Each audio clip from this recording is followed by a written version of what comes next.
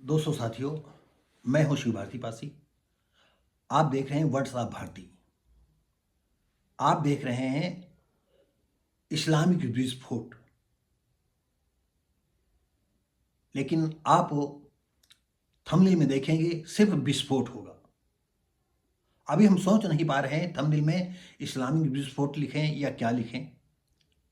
लेकिन विस्फोट के नाम से इस उपन्यास का हमने तैयार किया था 2000 के आसपास, और आज 2026 है। हम अपने दर्शकों को इस उपन्यास की स्टोरी को छोटे छोटे एपिसोड में लेकर के आ रहे हैं। तो दोस्तों साथियों, जैसा कि पिछले एपिसोड में आपने देखा, सुना, समझा कि फिरोज और महराज के घर में बड़ा उत्सव, और उत्सव सामूहिक, जिसमें तारा सिंह भी थे, गुलनार से उनकी पत्नी थी, और सरदार थे, मलेटी के रिटायर्ड फौजी जवान थे। सब प्रोग्राम चल रहा था, और उसी के बीच में कुछ कट्टर लोग जो है साधारण वेशभूषा में आते हैं और छत पर चढ़ जाते हैं। और होता यह है कि महराज की दोनों लड़कियों को ऊपर बने कमरे में जा करके बलात्कार करते हैं और उनका वध कर देते हैं। और इधर एक हुंकार होती है, और एक ऐसा विस्फोट होता है कि फिरोज महराज का घर जो है पूरी तरह से तबाह हो जाता है। उसमें टोटल 26 लोग मारे जाते हैं। 26 लोगों में से फिरोज महरनिशा का एक 3-4 महीने का बच्चा है, वो मारा जाता है। और रामशंकर और शाहीन का 3-4 महीने का बच्चा, एक छोटी बच्ची लेकर के बाहर चली गई थी, वो बच गया। और अनुराधा का जो बच्चा था 3-4 महीने का, कट्टरपंथियों ने उसको हाथ पकड़ा, जैसे कि कभी आपने देखा हो चिड़िया का पंख पर एक बाजू पकड़ करके लेकर चल देते हैं। और बम विस्फोट में हाय तौबा हाय तौबा मच गई, और धुआं, गुब्बार, इतना कि लोग पता नहीं कौन क्या। तो उसमें बच गए, मारे गए रामशंकर, शाहीन मारे गए। अनुराधा का पति मारा गया, केशवानंद। और महराज की दोनों लड़कियां रेप करके मार दी गई थी।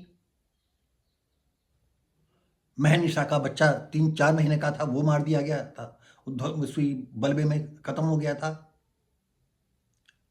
और अनुराधा का बच्चा को, जैसा हमने आपको बताया कि एक बच्ची लेकर वो आतंकवादी लोग उसको उठा ले गए।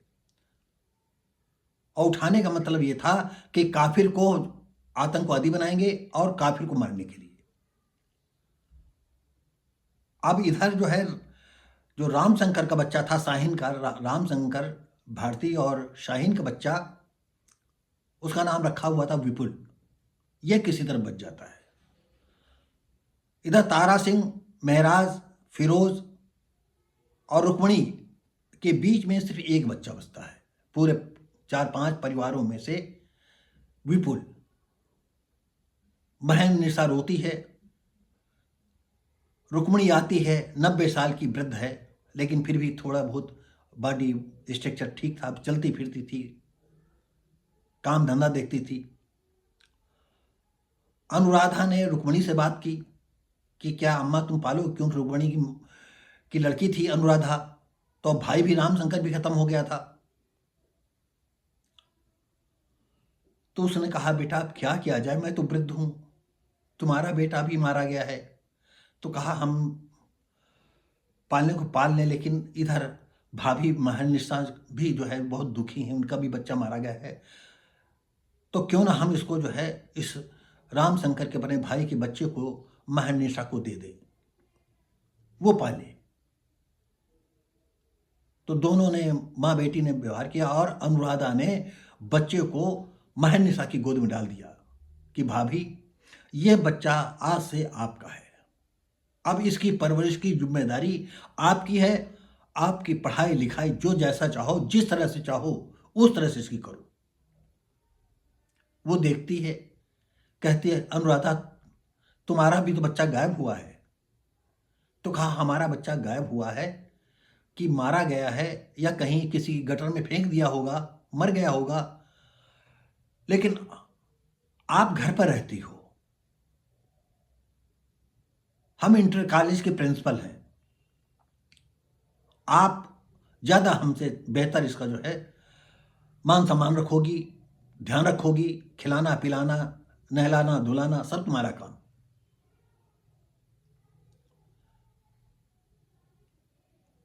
तो दोस्तों साथियों, ये 90 के आसपास की घटना है कि फिरोज के घर में बम विस्फोट होता है और 2600 लोग हताहत होते हैं।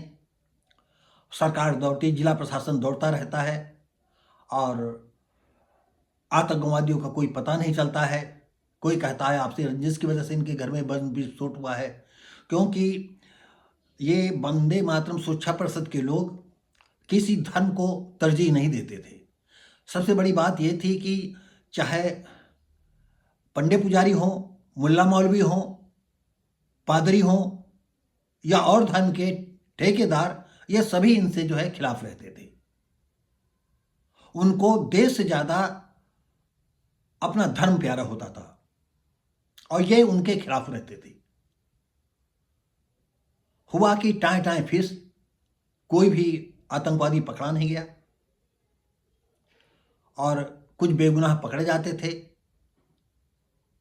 और पहचानने के लिए इन लोगों को बुलाया जाता था। फिरोज है, अनुराधा है, पूरे परिवार, तारा सिंह वगैरह को, तो कहते थे ये हमने तो इसको देखा नहीं है और वो छूट जाते थे। विपुल को बोर्डिंग में छोड़ दिया गया, दिल्ली, अलीगढ़ से दूर। और इधर हम इनको यहां छोड़ देते हैं और दूसरी तरफ चलते हैं श्रीनगर, जहां पर राम भजन पंडित विफ्रजान के साथ अपनी जिंदगी गुजार रहा था।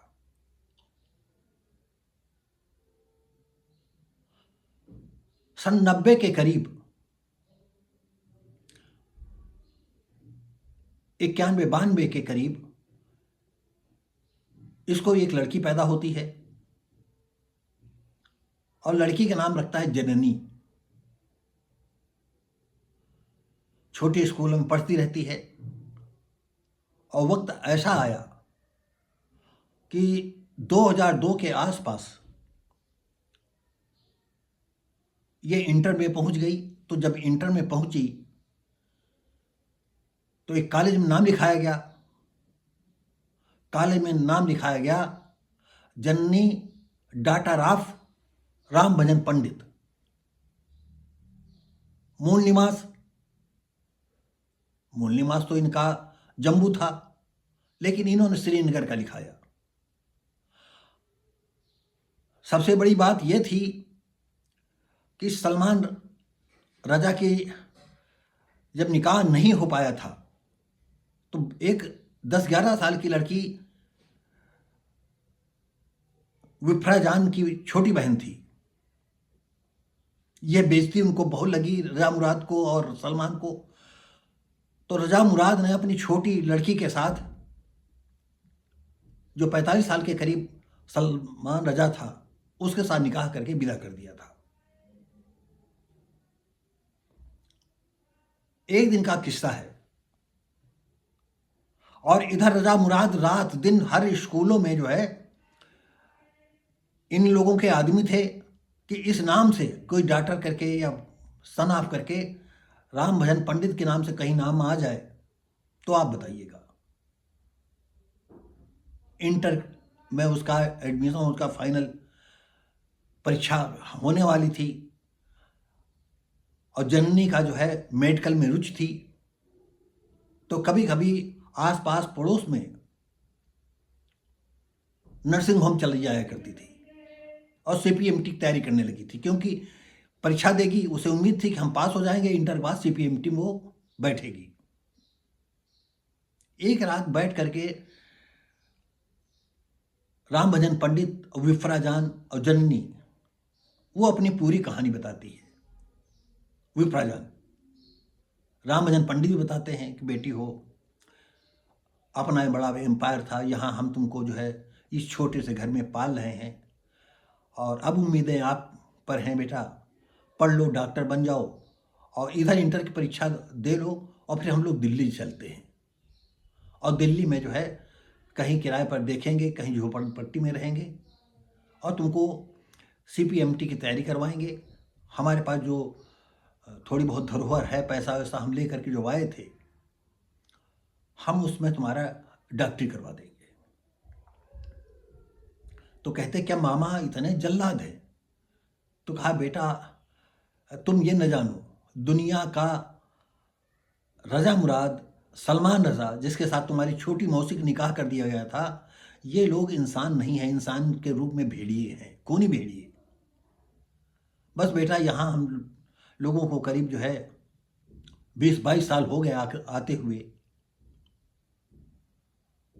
25-26 साल, 5-6 साल बाद तुम पैदा हुई हो और आज तुम 16-17-18 की होने वाली हो। तो हमने कहा तुमको बता दें, समय बहुत ख़राब है और तुम्हारे मामा लोग धरती पर के वो नर पिशाच हैं कि आज भी हो सकता वो ढूंढ रहे हों और तब तक धड़ाम से जो है दरवाज़ा खुलता है। रजा मुराद अपने आदमियों के साथ मशीन गन लिए आ गए और कहा कि ये ठीक कह रहा है, मैं रजा मुराद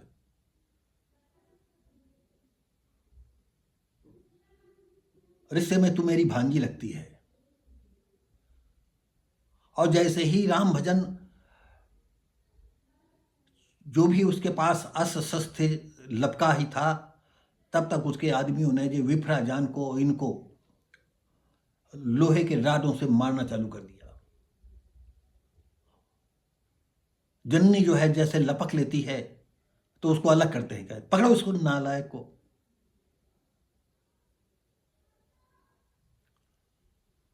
और खो पड़ी, 10-15-20 राड पड़ते हैं, दोनों खून खच्चर से लथपथ। और इसके बाद रजा मुराद की मशीन गन जो है दोनों को छलनी करके रख देती, धड़ धड़ धड़ धड़ धड़ धड़ गोलियों से, और कहते गया उस लड़की को यहीं, इसके भी हाथ पैर काट दे, ये सारी काफिरी की लड़की है। जननी बदहवास, उसकी चीख भी गायब हो चुकी थी, वो रो भी नहीं रही थी, अब रो करके भी कोई काम नहीं था। वो खुद लेट गई, कहा तू मेरा मामा है, मैंने तो देखा नहीं, काट दे मेरे हाथ पैर, अरे मरना ऐसे है चाहे वैसे। तब तक रजा मुराद पास फोन आ गया, सलमान का फोन आया, हम जम्मू पहुंचने वाले हैं और जम्मू से सीधा कानपुर निकले, अलीगढ़ निकलेंगे।